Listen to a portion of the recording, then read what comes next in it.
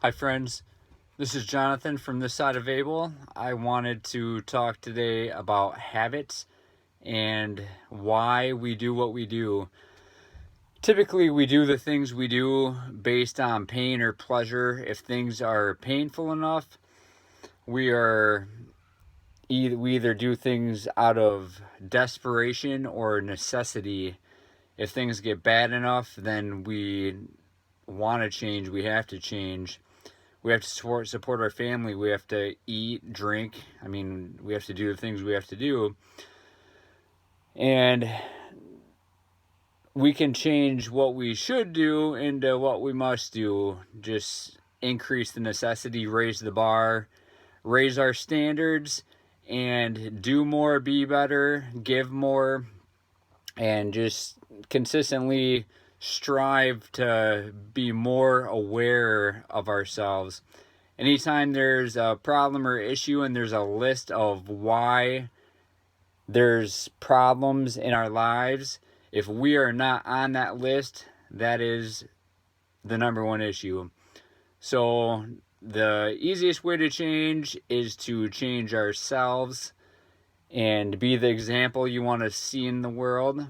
The reason we do a lot of things is due to dopamine, whether we are doing something for pleasure, such as gambling, smoking due to the nicotine, eating, shopping excessively, doing anything and most things that are pleasurable, illicit drugs.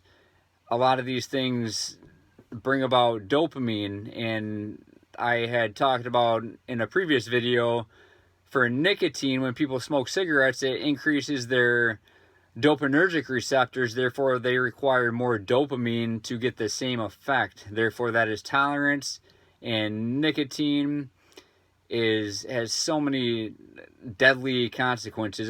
Some people will say, oh, well, my grandma or grandpa lived till they were 100. Well, they were an outlier, and they are not. Why risk it? So anyhow, there is this cognitive dissonance. So, like, say we want to lose weight or feel good, look good, and we know what to do, but we don't do it. And the Bible says, St. Paul says, I know what to do, yet I don't do it. So a major issue is this cognitive dissonance, again, where we know what to do, yet we don't do it because we typically strive for instant gratification. We do what's easy, and it's easy to get that fix by eating and feeling good immediately versus waiting or doing other methods, modalities, strategies to mitigate the craving that one may have. So there's triggers, just like an asthmatic has triggers, such as being, like, HALT is an acronym, being hungry, angry, lonely, tired, stressed, sad, or hangry, hungry and angry. Anyhow, when we go to the grocery store and we are hungry, then our glycogen stores are depleted, and it's easier to give in and just buy all sorts of food that's not good for us.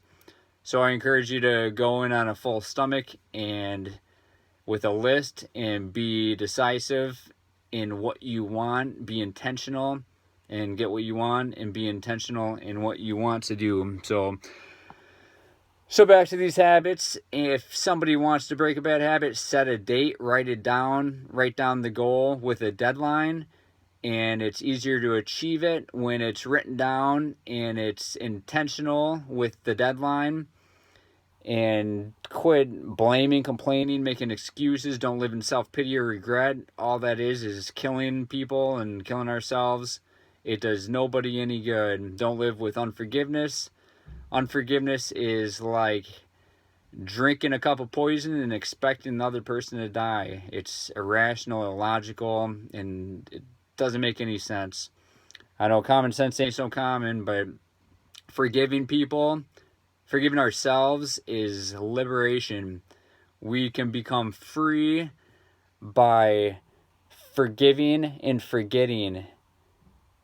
Yeah, there's bad things that have happened to us, whether they're directly or indirectly.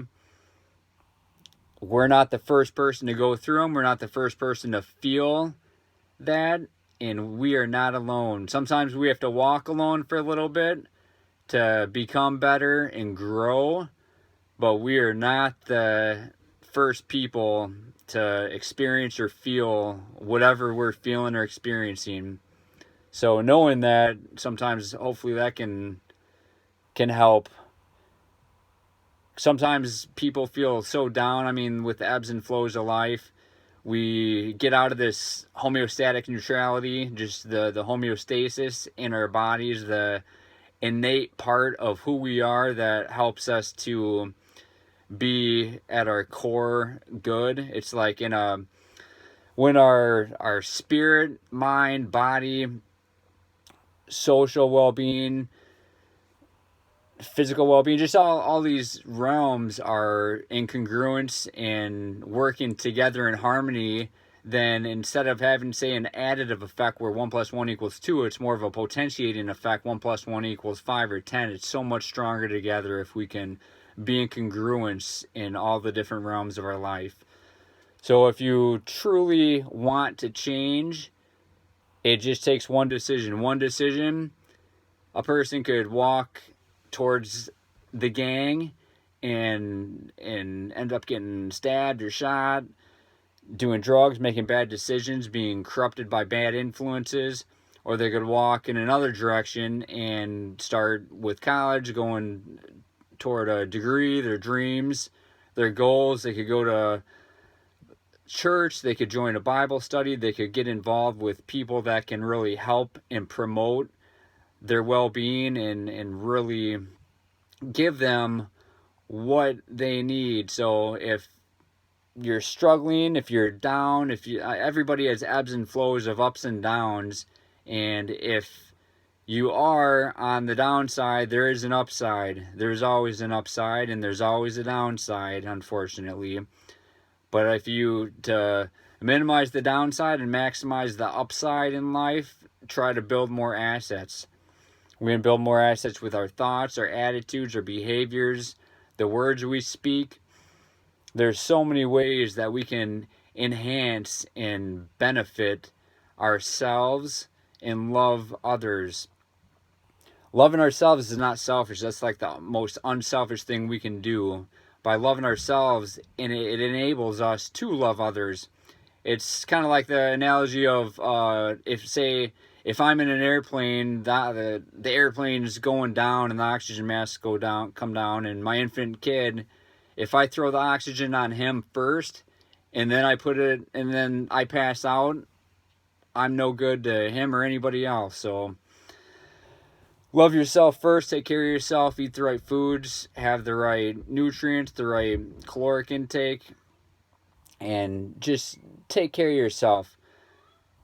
Physical fitness is just being active is huge in trying to minimize and get rid of bad habits and rituals and form good habits.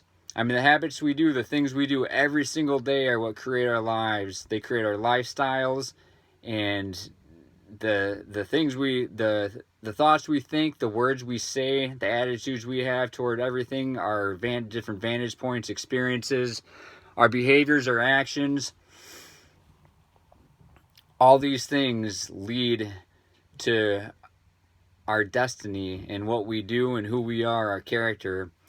And I encourage you to develop the intangible character traits of just goodness and whatever is noble and right. Just feed what's good. I mean, there's the story of the wolves, good and bad, and then there's a story of a little 5-year-old girl that was always good and respectful to her parents, always doing what's right, and this other little girl, 5 years old, always disrespectful, not doing what her mom and dad wanted, and just being naughty. And it turns out the culmination of the end of the story shows that the 5-year-old little girl was indeed the same little girl. So which girl grew more, the good or the bad little girl? Well, that depends on which little girl was fed the good or the bad. So we have a choice to feed the good in our lives and become better. If we look for good, we're going to find it. If we look for bad, we're going to find that too. Be a good finder. Go and look for the good. If you have a new vehicle or new to you, or you're looking for one, that color, that model, you start seeing it everywhere. It's because you're looking for it. So start looking for the good in people. Start looking for the good in yourself, and change the lenses you have, and it'll change your world. So I'm rambling, and I thank you for listening. If you like anything in this video, please subscribe to This Side of Abel. And until next time, friends, be strong and live free on this side of Abel.